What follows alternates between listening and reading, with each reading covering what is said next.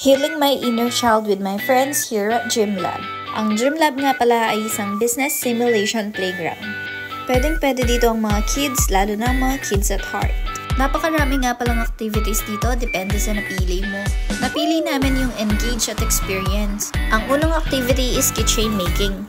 Kailangan mo lang sundin yung pattern at i-shoot ang mga beads and then iinitin nila at ayan, ready to use na. And then nakikain din kami ng cereals. Tutuutong mag-shop dito at mag-budget ang mga bata. Then tinry din namin ang newest activity nila which is pizza making.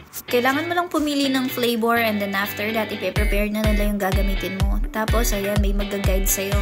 Simpleng pizza lang naman to pero nakaka-enjoy siyang gawin with friends. Tapos ikaw din na maglalagay sa oven and then after that, hintayin mo lang ng 5 to 15 minutes. Pag luto na, pwede mo siyang i-take out. Pwede ka rin palang gumawa ng cakes at cupcakes dito. So, naglaro muna kami and then pumunta na kami sa mixing lab. Mahilig ako